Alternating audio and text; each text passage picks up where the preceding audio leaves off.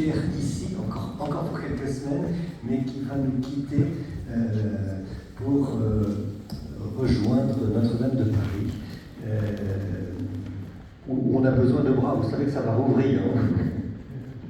Voilà. Le père Philippe Desgences est responsable spirituel d'une association qui s'appelle Art, Culture et Foi. C'est le patronage de cette association qui rayonne dans toutes les paroisses de Paris, voilà, faisant le lien entre le monde de la culture et le monde de la foi. Et il est aussi le conseiller culture de notre archevêque, le ministre de la culture du diocèse. Voilà. Merci Père Philippe d'animer cette rencontre avec donc cet artiste qui va, j'espère, vous émouvoir, peut-être par ses propos autant que par ses œuvres, pas sûr. En tout cas, quand on regarde une œuvre picturale, normalement, on est censé être saisi par un de ses sens, qui est le regard, la vue. Moi, très honnêtement, c'est tous mes sens qui se sont mis en éveil devant ce beau tableau. J'ai pensé à un travail d'un photographe. Regardant votre tableau, je pense à un photographe en particulier qui s'appelle Robert Hupka, qui est un photographe juif autrichien qui a fait une grande partie de son travail photographique sur une œuvre de sculpture, qui est la Pietà de Michel-Ange. Mais chacun de ces clichés, il a tourné autour, il a changé ses éclairages, il a zoomé sur des détails, voilà.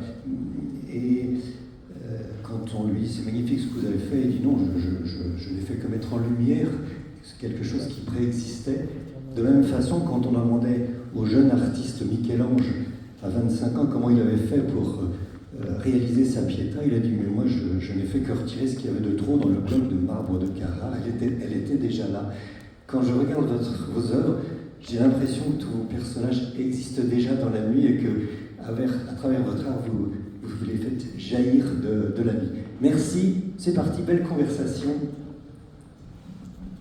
Voilà, bonsoir à tous. Bonsoir Yvan Martel. Bonsoir. Voilà. Alors, effectivement, c'est dans le cadre de la Nuit Blanche que nous accueillons Yvan Martel comme peintre. Vous savez que la Nuit Blanche est un événement du diocèse de Paris, de la mairie de Paris, pardon, de la mairie de Paris, et qu'il y a une belle collaboration à cette occasion avec l'association Art, Culture et Foi de Paris, puisque nous avons tous les ans entre 10 et 15 paroisses qui, à l'occasion de la Nuit Blanche, accueillent un artiste. Les artistes en question sont des artistes contemporains, bien sûr. Alors, c'est un beau partenariat auquel l'association Art, Culture et Foi tient beaucoup, et il se trouve que Saint-Louis-d'Antin n'avait jamais participé de mémoire d'homme à la Nuit Blanche auparavant.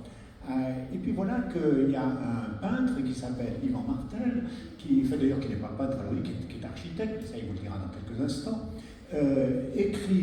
envoie un message à l'association Art, Culture et Foi pour dire est-ce que vous n'auriez pas un lieu pour nous accueillir, pour accueillir mon travail, pour que je puisse être exposé. Voilà. Et voilà que dans la description de son travail, qu'est-ce que je vois? Une citation de Bernanos. Je dis mais il nous tombe du ciel celui-là, c'est pas possible. On était en train de préparer les 30 ans de l'anniversaire de Bernanos, et en plus, la Nuit Blanche tombe en même temps que l'anniversaire de ses 30 ans. Donc je dis c'est une occasion unique pour que,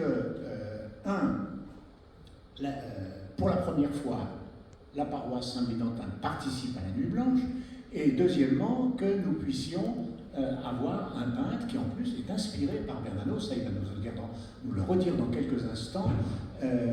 C'était vraiment providentiel, voilà. Donc, il n'y a pas de hasard. Hein. On dit que le hasard, c'est la signature de Dieu lorsqu'il veut rester incognito.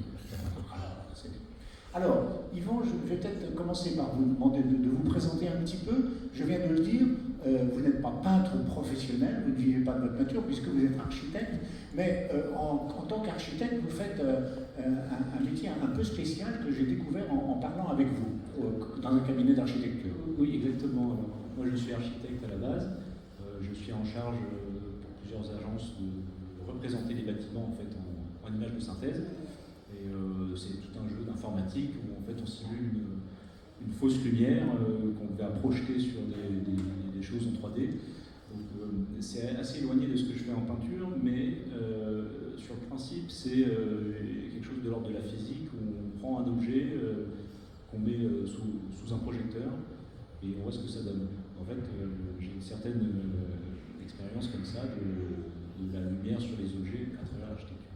Ensuite, j'ai un parcours de vie qui fait que, en dehors de mon métier, comme vous tous, j'ai des émotions, j'ai vécu des gens malades dans ma famille, enfin j'ai vécu des périodes un peu difficiles, mais sans commune mesure avec d'autres, mais c'est aussi par la recherche de la lumière, en tout cas la lumière dans l'obscurité, que j'ai essayé de matérialiser ça, en tout cas dans ma peinture.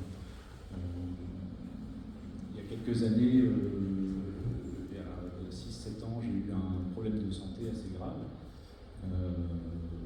J'ai à ce moment-là frôlé la mort, et ça arrive à beaucoup de gens, il n'y a pas que moi, mais à ce moment-là j'ai été face à une émotion forte, une sorte de perplexité, la peur, l'incompréhension, la perte de sens, et là j'ai essayé de comprendre. Et pour comprendre, j'ai prié aussi, et j'ai un peu partagé les états dans lesquels, les états qu'on retrouve dans les psaumes, que vous devez connaître, mon Dieu, pourquoi m'as-tu abandonné, et cette dynamique qui nous emmène d'abord parfois par la révolte, ensuite dans la plainte, la supplique, ensuite parfois un discernement, et finalement une acceptation, puis une louange et une lumière au bout. Vous connaissez ce psaume, le Seigneur est mon berger, je ne manque de rien. Si je traverse la vallée de l'ombre, je ne crains aucun mal car tu es avec moi. Voilà, c'est un peu cette expérience-là que j'ai faite physiquement. Et immédiatement après, j'ai voulu le retranscrire comme je pouvais. Donc c'était avec un couteau, une petite spatule. Je me suis mis à peindre et à essayer de ciseler, partant d'un fond noir. On a tous des périodes où on a des fonds noirs dans notre vie. Mais dans l'obscurité, il y a de la profondeur, et en fait, il y a un psaume comme ça, je ne sais plus lequel, voilà, le psaume 72, un rien, je perds des pieds, moi stupide comme une bête, je ne savais pas, mais tu étais avec moi. Voilà, donc il y a des moments où on croit perdre pied, et en fait on ne se rend pas compte, mais on n'est pas tout seul, voilà, et on est soutenu. Et c'est ça que je voulais représenter avec ma peinture, c'est venir ciseler, taillader l'obscurité et ramener ce qui s'y cache, à savoir la vie et plein de choses en fait. Voilà, et ramener la lumière dans les ténèbres. Bon, c'est quand même pas banal. On savait qu'un architecte, a priori, ça s'est dessiné, mais à la suite d'un problème de santé, d'une hospitalisation, vous décidez de vous mettre à la peinture, et à la peinture au couteau, et il faudra vous expliquer pourquoi le couteau, parce qu'il y a une explication très intéressante. Et donc vous allez vous mettre à la peinture, et la première toile que vous faites, c'est une représentation de Mère Teresa. Oui. Est-ce que c'est la représentation qui est là ou c'est une autre? C'est celui-là. Donc pourquoi Mère Teresa? Alors, qui est sorti du noir. Oui, alors voilà, donc en 2016, quand j'ai eu ces problèmes de santé, je suis tombé sur un petit livre de prière. Alors, pas un livre de prière, un livre posthume de lettres de Mère Teresa, que je ne connaissais pas très bien. Et il y avait cette petite phrase très impressionnante, enfin pour moi à l'époque ça m'a marqué, c'était, je vous l'ai dit, si jamais je deviens sainte, je serai certainement la sainte des ténèbres, je serai continuellement absente du ciel pour allumer la lumière de ceux qui sont dans les ténèbres sur terre. Bon, alors, ça paraît un peu fort et assez marquant, mais moi j'avais vu là-dedans une forme de don de soi, de générosité, même au-delà de sa mort, en fait, comme si elle donnait son éternité aux plus petits. Et parce que des gens dans les ténèbres, les pauvres de cœur, les affligés, alors il y a des gens qui sont beaucoup plus affligé que moi, hein, la petite personne, mais je trouvais cette générosité-là très forte, et donc c'est pour ça que j'ai peint Mère Teresa. Et vous savez que cette phrase de Mère Teresa, c'est du Bernanos, ça pourrait être du Bernanos. Oui, tout à fait. Parce que ce que vient de dire Mère Teresa, à savoir qu'elle est dans les ténèbres pour que d'autres soient dans la lumière, c'est exactement ce qu'il y a dans le dialogue des Carmélites, lorsque vous vous souvenez, ce dialogue entre Sœur Blanche et Sœur Blanche de la Force et Sœur Constance, qui ont vu la mère prière du Carmel, qui a vécu comme une sainte au milieu de sa communauté pendant toute sa vie, vit dans les affres, vit sa mort dans les affres de l'angoisse et meurt comme une païenne. Et Sœur Blanche de la Force dit mais c'est pas sa mort, elle a vécu comme une païenne pour que quelqu'un d'autre meure comme une sainte dans la communion des saints. Elle dit c'est un manteau qui était trop petit pour elle. Donc je trouve qu'il y a une parenté entre ce que vous venez de dire de Mère Teresa et Bernanos. Oui, je trouve qu'il y a quelque chose aussi presque de christique, parce que le Christ qui à Gethsémani, il porte le poids de l'humanité. Il passe par des phases d'angoisse qui sont les angoisses de l'humanité entière. Et là, Mère Teresa va un peu s'aventurer dans ce monde des ténèbres des autres pour porter pour les autres, en fait. C'est ça que j'ai trouvé. Et alors, pourquoi le couteau? Parce que vous auriez pu prendre, vous auriez pu faire des aquarelles. Ah oui, alors j'aurais pu, et puis non, le couteau, parce que alors ça m'est venu naturellement. Il y a quelque chose de physique, du combat, voilà, de quelque chose de cet ordre-là, dans des grands mouvements sur des grands formats, mais au-delà de ça, toujours ancré dans l'Ancien Testament. En fait, je peins et en même temps je prie, je vis ma vie, enfin tout est mélangé, donc excusez-moi s'il y a des mélanges d'art, de culture et puis d'Ancien Testament, de psaumes, voilà. Donc dans l'Ancien Testament, il y a ce moment où Abraham, le Seigneur lui demande de sacrifier son fils, et là il ne comprend pas. Donc c'est une grande incompréhension, et c'est même l'épisode de la Bible où on est face un peu à l'absurde, on ne comprend pas ce qui se passe. Et moi j'ai traversé un peu ça, c'est-à-dire je ne comprenais pas ce qui m'arrivait, ou ce qui pouvait arriver à mes proches, des proches qui sont malades, je ne comprends pas pourquoi. Voilà. Mais dans ces cas-là, la réponse d'Abraham, c'est d'obéir. Et sa façon d'obéir, c'est il prit son couteau et le feu, et ils sont mis à gravir la montagne. Voilà, son couteau et le feu.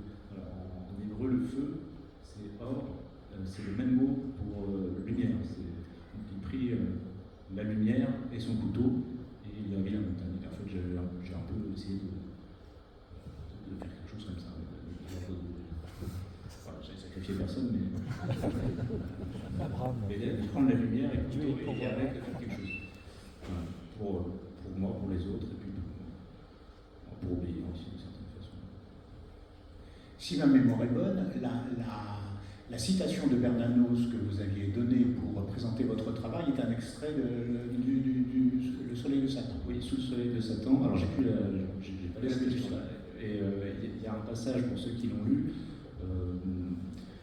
qui est un passage très très impressionnant aussi, très fort, très visuel, où l'abbé de Nissan traverse la forêt de nuit, se perd, il a froid, il y a des odeurs, il repasse plusieurs fois au même endroit, il se perd complètement, et puis on s'engage un combat spirituel épique, hein, si je puis dire, vraiment épique, et jusqu'au point du jour. Et en fait, il rencontre le diable dans la nuit, et au final, il gagne. Et voilà, ça dure toute une nuit. Donc il y a cette idée de passage de la nuit, ce thème un peu de la nuit obscure qui est présent chez des mystiques chrétiens comme Saint Jean de la Croix ou Mère Teresa.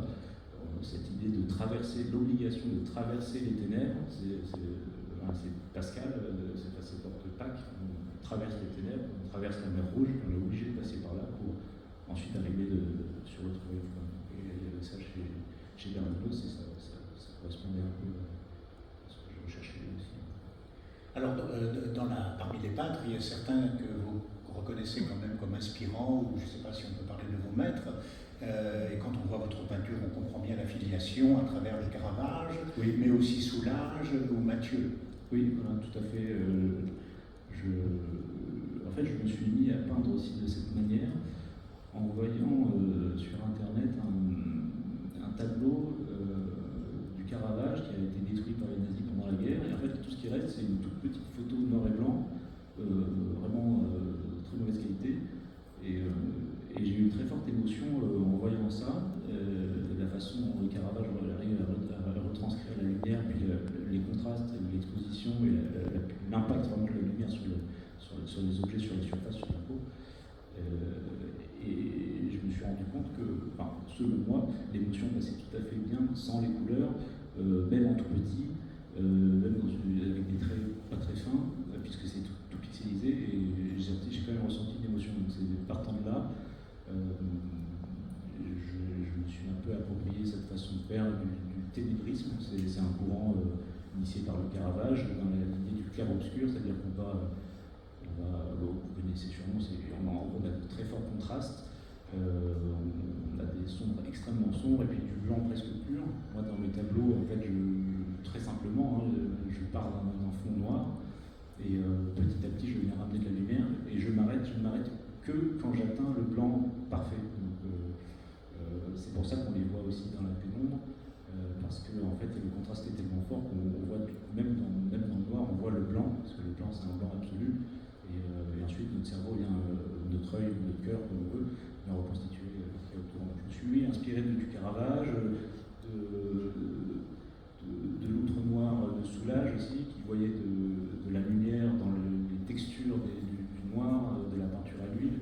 Donc moi j'utilise de la peinture à l'huile aussi. Donc il y a aussi la surface du tableau prend la lumière en fonction de l'angle, en fonction, on voit bien là, avec les bougies, avec les lumières au monde direct. Voilà. Il y a une lumière dans la réflexion. C'est aussi le processus de création des icônes. Vous savez, dans les icônes, dans l'art de l'icône, que j'ai pratiqué dans une vie antérieure un petit peu, on commence par dans l'incarnation, surtout dans l'incarnation des visages, des icônes, on commence par la peinture la plus sombre, rarement le noir quand même dans les icônes, mais quand même des ocres très foncés pour arriver au blanc tout à fait à la fin. Le blanc amener de la lumière à la fin. C'est un peu ce que vous faites aussi. C'est ça. Il y a quelque chose de ce procédé. Oui, et il y a, dans l'art de l'icône, il y a une vraie. C'est codifié, c'est très proche de la prière, et puis dans les proportions, tout a un sens spirituel, ce qui est extrêmement beau. Et effectivement, cette façon de ramener aussi la lumière sur les couches sombres, toujours dans ce sens-là, ça a aussi un sens spirituel. Chez le Caravage, dans le ténébrisme, il y avait aussi un sens spirituel, c'est-à-dire qu'il y avait un peu comme, moi qui copie un peu le Caravage dans ce contexte, mais il voulait que les gens soient impressionnés par la puissance de la lumière dans les ténèbres. Et le contraste pour lui c'était une façon d'évangéliser juste avec des contrastes. Quant aux icônes, effectivement, j'aime aussi dans la façon de peindre les icônes, il y a cette idée que l'icône c'est une fenêtre et que celui qui regarde l'icône est censé voir à travers, se laisser voir à travers, et c'est ça que j'essaie aussi de faire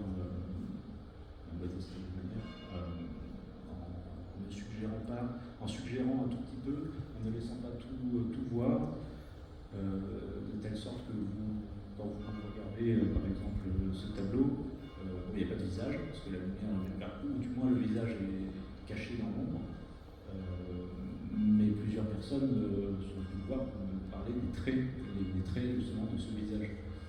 Oui, c'est assez étonnant. Et voilà, donc je laisse en fait, je donne une clé, et ensuite c'est une rencontre qui se fait dans nos cœurs avec voilà, ce qui nous attend derrière, comme dans l'icône, il y a quelqu'un qui nous attend derrière l'icône et il faut se laisser voir à travers. J'essaye de faire ça, mais j'ai pas tous les codes des peintres. Mais d'ailleurs, vous dites le tout n'est pas la somme des parties. Oui, voilà, tout à fait. Il y a un courant philosophique et psychologique qu'on appelle la théorie de la psychologie de la forme, donc c'est peut-être la Gestalt théorie, voilà, avec des philosophes comme Maurice Merleau-Ponty sur la phénoménologie de l'esprit. Enfin, c'est des trucs. Mais en tout cas, ce qu'il faut retenir, c'est qu'ils font souvent, c'est ce que vous voyez quand il y a des illusions d'optique noir et blanc, ils utilisent souvent ces techniques, et en fait, ils disent que le tout n'est pas la forme de ses parties. Alors c'est bête, je ne peux pas illustrer avec un petit cul, le Necker cube, mais ce que j'en tire, c'est qu'on peut représenter uniquement une partie, par exemple.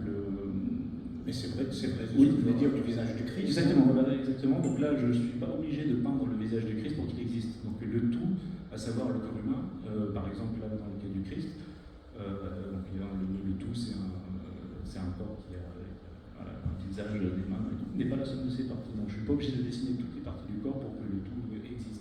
Voilà. Grosso modo. Donc dans tous mes tableaux, je laisse toujours au moins 40% pas visible directement, et chacun reconstitue, ce qui fait que j'ai des réactions assez variées sur des tableaux, et on perçoit assez différemment les visages, les expressions ou les proportions. C'est assez surprenant.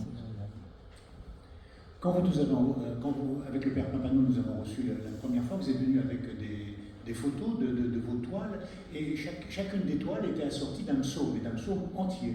Oui. Donc comme si, alors là, on n'a pas mis, on s'était posé la question d'ailleurs au cours de cette exposition pour la Nuit Blanche, de mettre le psaume en entier à côté de chacune des toiles. Ça n'a pas été le parti pris retenu. Néanmoins, dans le couloir de la rue du Havre, dans le passage de la rue du Havre, on a retenu des citations de certains psaumes. Vous pouvez nous expliquer un peu sur cette filiation, sur cette communion entre la prière des psaumes et votre travail artistique? Oui. Alors, dans les psaumes, moi je trouvais quelque chose de très beau, qui est, même quand on n'est pas croyant, il y a quelque chose de l'existentiel. C'est des poésies qui ont, pour certaines de 1500, presque 3000 ans. On les attribue au roi David, mais oui, on n'était pas là pour vérifier. Et il y a des psaumes archaïques, même qui précèdent encore en Mésopotamie, enfin, qui ont toujours cette forme, toujours la même forme en fait, qui est de la supplication, la plainte, la supplication. Si vous avez lu les psaumes, vous voyez qu'il y a des moments, c'est très très rude. Hein. On parle beaucoup d'eau qui se brise, de langue qui se colle au palais, de cendres, de poussière, enfin, de sang aussi, de mâchoires brisées. Enfin, c'est assez impressionnant. Et ensuite, on glisse, on descend très profondément. C'est toujours le même mouvement en fait, les psaumes. On commence par sentir une plainte, un abandon, une supplique, et puis ça remonte vers la louange, vers la confiance, puis vers la louange. Et voilà, et tous les psaumes ont un peu ce mouvement-là. Il y en a qui ont aussi un visuel qui convoque l'imaginaire météorologique. Il y a des éclairs, il y a de l'orage, il y a du tonnerre, il y a de l'ombre, le soleil qui frappe et le soleil qui revient. Voilà, donc on passe beaucoup on est vraiment en ces cycles jour-nuit.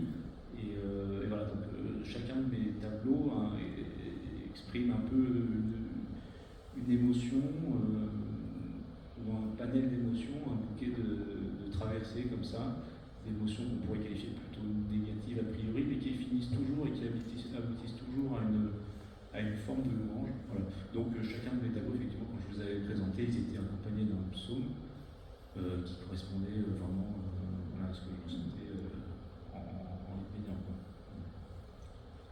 Alors, il faut revenir absolument sur ce thème ténèbres et lumière.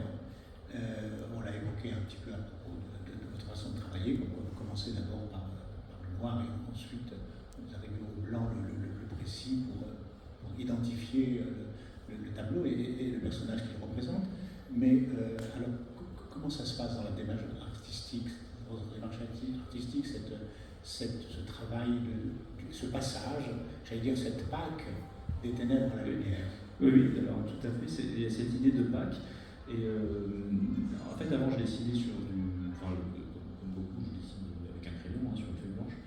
Et j'aimais déjà beaucoup le Caravage et vraiment les choses très contrastées. Et je me suis retrouvé avec des fusains ou de la pierre noire, ce sont des crayons très très noirs, à venir rajouter du noir, toujours rajouter du noir. Et un jour, je me suis dit, mais en fait, c'est pas comme ça que. C'est pas ça qui fait du sens, c'est pas de venir façonner avec des ombres. Ce qui ferait plus de sens, c'est un peu comme dans la Genèse, où en fait les 5 premiers versets de la Genèse, le troisième, c'est Dieu dit que la lumière soit, la lumière fut. Dieu dit que la lumière était bonne et Dieu sépara la lumière des ténèbres. Voilà. Donc en fait, Dieu crée la lumière pour séparer les ténèbres qui préexistent. Voilà, donc ça c'est juste les 3 premiers versets de la Bible. Et ça, artistiquement, dans une démarche de création, parce qu'on dit créateur de Dieu, mais dans une démarche de création, j'aimais bien cette idée symbolique, comme les peintres l'icône, d'utiliser la lumière pour séparer les ténèbres. C'est pour ça que ça reste quand même, il y a toujours des ténèbres, mais c'est la lumière qui vient ciseler et qui vient lui donner sa forme. Voilà. Mais est-ce qu'on ne pourrait pas dire que d'une certaine façon, toute l'histoire du salut peut se résumer dans ce combat entre les ténèbres et la lumière? Ça commence avec Adam et Ève, hein, l'histoire commence très très mal. Pendant tout l'Ancien Testament, ce Dieu qui a tellement de mal avec Israël a imposé un monothéisme strict face à ce péché essentiel qu'est l'idolâtrie. Et puis ensuite, pendant ce mystère de l'incarnation, c'est à vue humaine, s'il n'y avait pas eu la résurrection et la Pentecôte, c'est ce combat que Jésus a mené, qui est un combat spirituel pendant tout le temps de son ministère public, et contre les forces du mal. On l'accuse même d'être le chef des ténèbres, le chef, c'est par Belzéboul que tu chasses les démons. Et puis, depuis, dans notre Église, c'est pareil, on continue dans ce combat entre les ténèbres et la lumière, ça n'est pas fini. Et est-ce que, moi je me demande si, au fond, c'est pas une des vocations de l'art de manifester la victoire de la lumière sur les ténèbres? Oui. Alors c'est vrai qu'il y a quelque chose en plus qui est ancré dans l'Ancien Testament, dans le Nouveau.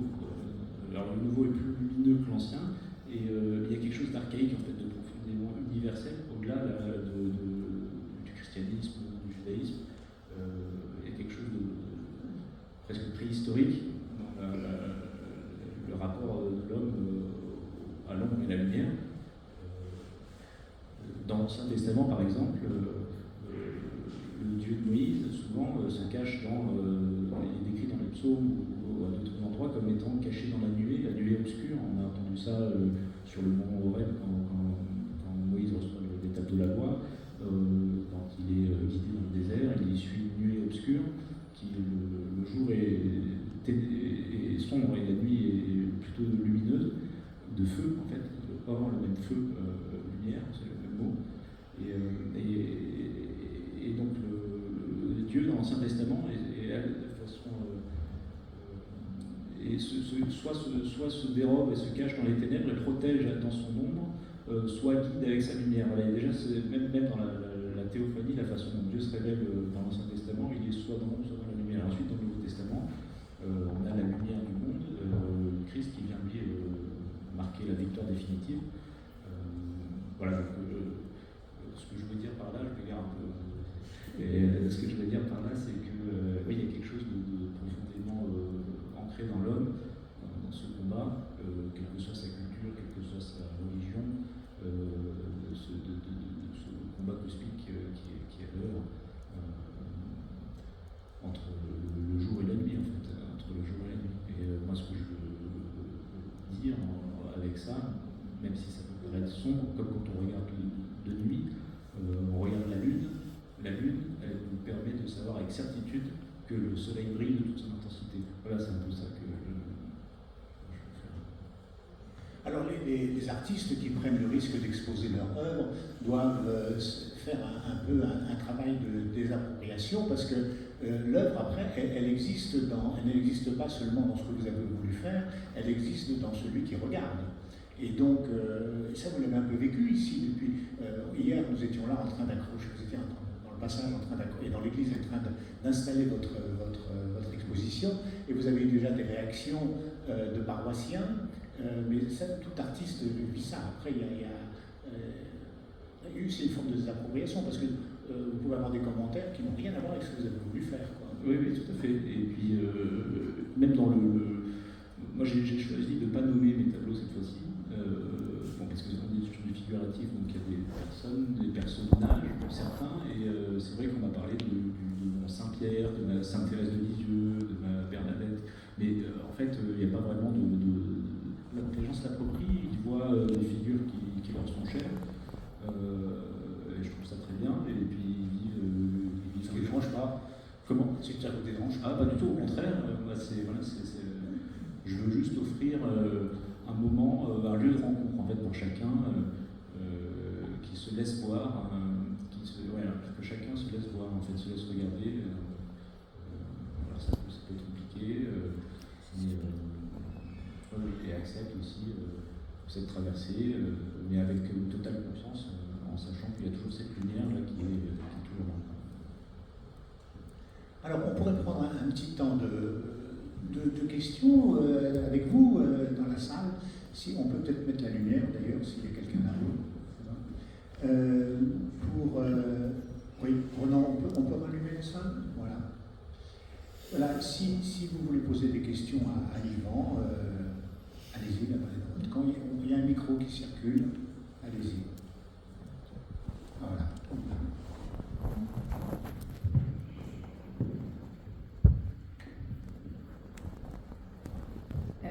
Bonsoir, donc je vais peut-être poser une question un peu bateau, et puis qui n'a pas forcément à voir avec tout ce que vous venez de dire, qui était passionnant, et je vous remercie beaucoup. Est-ce que vous pourriez dire que vous êtes en quête de beauté, ou pas du tout? Ou est-ce que vous cherchez autre chose? Ou quelle est en fait la place de la beauté dans votre quête, et est-ce qu'elle en a une? Est-ce que c'est une conséquence? Est-ce que c'est... Merci. Oui. Aussi étrange que ça puisse paraître, je ne me suis jamais posé la question de la beauté, mais de l'esthétique. Par exemple, en fait, ce que je veux dire par là, c'est que en arpentant et en disant, en se baladant dans les récits bibliques, dans tous ces paysages, il y a des déserts, il y a des orages, il y a de l'ombre. Voilà, il y a une esthétique en fait très contrastée. Les paysages qu'on se représente sont faits de contraste. Donc il y a une forme d'esthétique de cet ordre-là qui se manifeste. Ensuite, sur la beauté, je ne crois pas que je recherche la beauté, mais de la même façon que... en fait, je vais représenter des fois des choses qui sont en vérité. Donc on pourrait si on représente un Christ, on peut faire un Christ... il y a plein de façons de faire le Christ, mais dans le livre d'Isaïe, le serviteur souffrant, il est... corrigez-moi si je me trompe, Père, mais sans apparence, il n'avait plus apparence humaine. Il n'avait plus apparence ni beauté. Ni beauté, voilà. Donc si on veut faire quelque chose de beau, parfois on peut tomber à côté des choses qui sont vraies. Et tout à l'heure, il y a eu deux personnes qui m'ont parlé simultanément de ce tableau. Une m'a dit merci, il est lumineux, et l'autre m'a dit c'est beau, mais il a mal. Et ça me fait mal. Mais je comprends que ça y ait cette réaction, mais si j'avais voulu le faire beau, peut-être qu'il n'aurait pas été vrai, mais dans ce qu'il incarne, dans cette esthétique, voilà, je trouve qu'il y a une beauté aussi dans des choses qui ne sont pas forcément belles en soi. Désolé, c'est pas très clair, mais...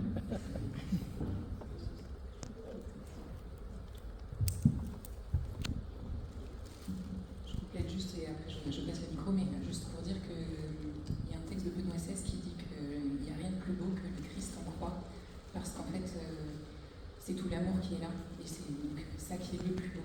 Et donc, simplement, je vous rejoins complètement dans ce que vous dites de cette quête qui n'est pas forcément un beau idolâtrie, mais qui est peut-être un beau qui a un lien avec ce qui est vrai. En tout cas, moi, c'est ce qui me touche énormément là, dans ces deux toiles. Je n'ai pas encore vu les autres, mais c'est vraiment quelque chose qui vient de m'appeler comme ça, qui est vrai, profondément. Enfin, en tout cas, c'est ce que je ressens. Merci. Merci infiniment.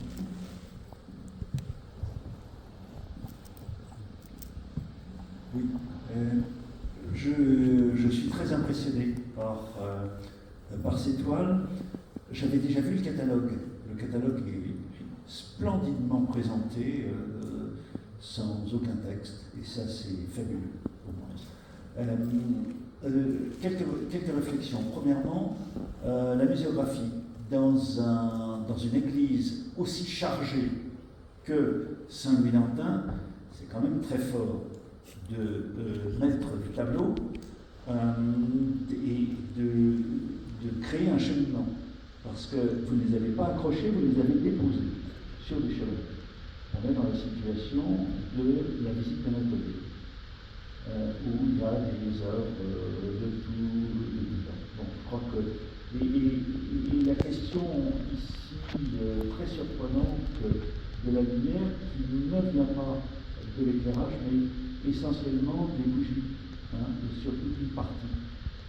j'apprécie beaucoup, et c'est quand même un tour de force de laisser passer de telles œuvres comme ça au milieu des individus qui circulent, et l'avantage c'est qu'on est de plein pied avec vos sujets, avec ce type de poème. Deuxièmement, pour moi, vous avez utilisé des modèles, c'est évident, mais c'est des modèles profanes et on bascule très vite. Des profanes religieux, et ça m'intéresse beaucoup. L'homme avec le gosse sur les épaules et d'une humanité folle, de la même manière qu'il y a là, en entrant dans l'église, à gauche, vous avez un visage énorme, fantastique, qui est traité à grands coups de couteau, et le couteau, justement, pour moi, là, je l'ai vu, j'ai cru que c'était une morceau de verre que vous aviez mis dedans, mais en fait, pas du tout, c'était du blanc que vous aviez rajouté, que vous avez ajouté, et en creusant votre propre peinture.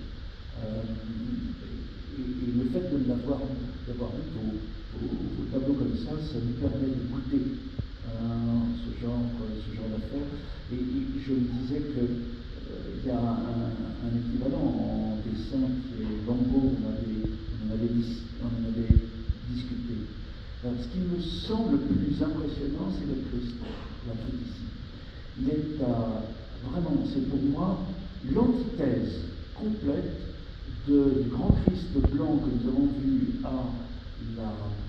la Fondation Pinault il y a 2 ans, de Charles Ray, qui était un Christ de 3 mètres de haut, en papier mâché, impressionnant, c'était une sculpture.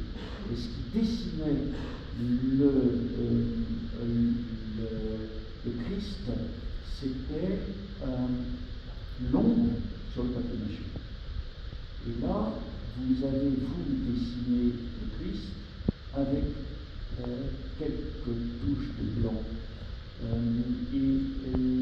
voyait le Christ de Charles Ray du bas, en contre-plongée. Et là, vous faites un Christ qui était en plongée, le visage disparaît. C'est le visage du Christ n'est plus l'objet, c'est le corps qui est l'objet. Et vous faites un corps dansant, comme on le voit de temps en temps. Je pense à Chimbabwe, je pense aussi à des peintures catalanes où le corps danse. Et c'est un Christ qui vous interpelle, parce qu'il y a une humanité folle, mais il y a de la joie dedans aussi. Et je tiens à vous remercier. D'ailleurs, il y a une des toiles qui s'appelle Le Danseur. Voilà. Oui, quand on regarde comme ça, on pourrait s'imaginer que c'est un Christ, aussi un Christ en croix, uniquement le torse, les bras et la tête, et vous l'avez intitulé Le Danseur. Oui, c'est ce qui est dans le couloir, dans le passage juste derrière, on va voir en sortant, juste derrière vous. Et c'est un Christ, alors, justement, je suis entre le profane et le sacré, en fait, c'est l'observateur que je suis. Et je m'étais inspiré des danseurs de ballet qui s'élancent, dans la décennie, qui s'élancent avec les bras en croix, et leur buste, voilà, donc dans un élan. Et donc j'ai peint cet élan, dans l'ombre des poignets, dans l'ombre, donc on peut deviner si on veut les coups, ou pas, dans l'ombre des côtes, pareil, on peut deviner si on veut les pieds. Mais on n'est pas obligé. Voilà. Et chacun il voit ce qu'il veut, soit un danseur qui s'élance, soit le Christ, soit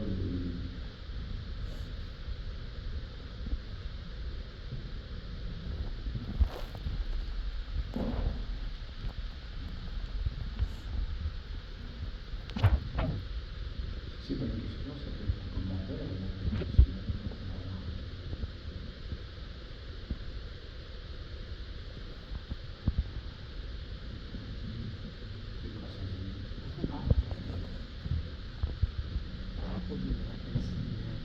merci pour moi. Merci à vous, l'exposition. Moi j'ai une question, parce qu'on n'a déjà pas parlé de cette question de la lumière et des ténèbres, et en fait j'ai pas compris encore. Est-ce que c'est la lumière qui sort des ténèbres, ou est-ce que c'est la lumière qui... est-ce qu'elle vient de l'intérieur du personnage ou de l'extérieur du personnage? C'est comme la nuit, je disais tout à l'heure, la nuit, s'il n'y a pas la nuit noire, on voit rien. Quand il y a une pleine lune, c'est la lune qui va, au clair de lune, qui va nous éclairer. Il paraît qu'on peut même prendre un soleil de la lune, un coup de lune, et on voit des ombres portées sur les arbres, exactement comme le soleil. Et donc, dans les peintures, il y a cette idée que c'est en même temps un sujet qui reçoit de la lumière, mais qui simultanément rayonne de la lumière qu'il a reçue immédiatement, comme la lune. Vraiment de façon conclue. Et quand on vous entend, on ne peut pas ne pas penser à ça. Oui, voilà, et effectivement, oui, parce que je ne vous ai pas parlé. Sur le panneau, là-bas, on voit à l'entrée, j'ai mis ce poème La nuit obscure de Saint-Jean-de-la-Croix, que vous laissez lire en sortant, où il parle de son âme qui sort de nuit, cachée, dans l'obscurité, laissant s'éteint et en même temps en éveil, et qui va, avec la lumière de son cœur, partir à la rencontre en suivant la lumière de son cœur. Donc cette lumière-là, c'est aussi la lumière de mon cœur, qui nous guide dans les ténèbres, qui nous emmène vers la rencontre, quelle que soit la situation. Je vous laisserai lire, mais je ne vais pas le moi-même de Saint-Jean-de-la-Croix, donc je vais très bien cette poésie sur le vin.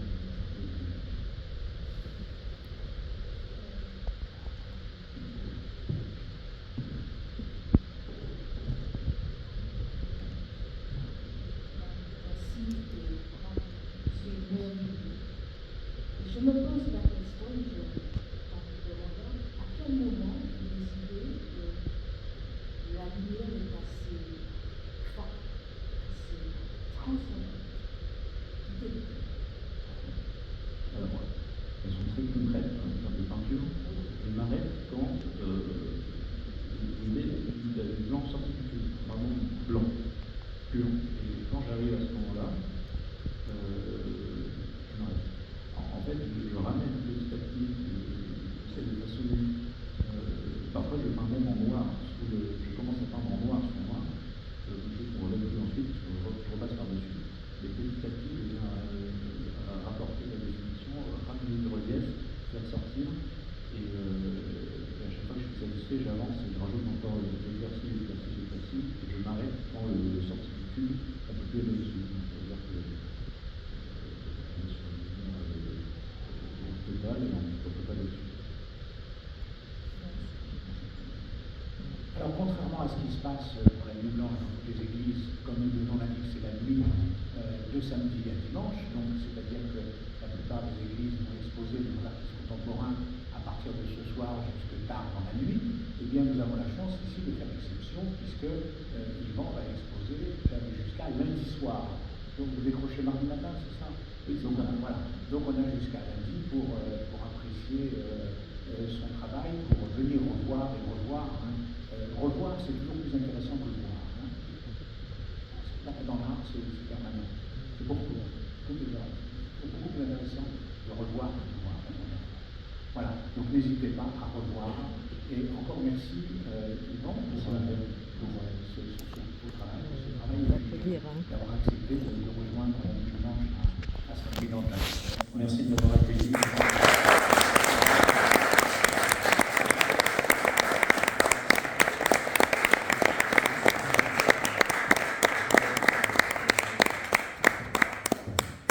Ne partez pas sans le programme complet de l'anniversaire des 30 ans. M. le curé vous a rappelé que demain, nous avons à 17h un concert suivi d'une brève histoire de l'espace Bernanos avec l'architecte de l'époque qui a conçu cet espace culturel, et puis un petit apéritif qui suivra, et puis lundi soir, de merveilleux artistes comme Catherine Salvia de la Comédie Française, Maxime Daboville, Michel Michel, de grands comédiens, et un grand spécialiste de Bernanos, qu'est Sébastien Lapac, viendront lire des extraits de l'œuvre de Bernanos ici, à l'auditorium. Voilà. Bonne fin de soirée à tous. Merci.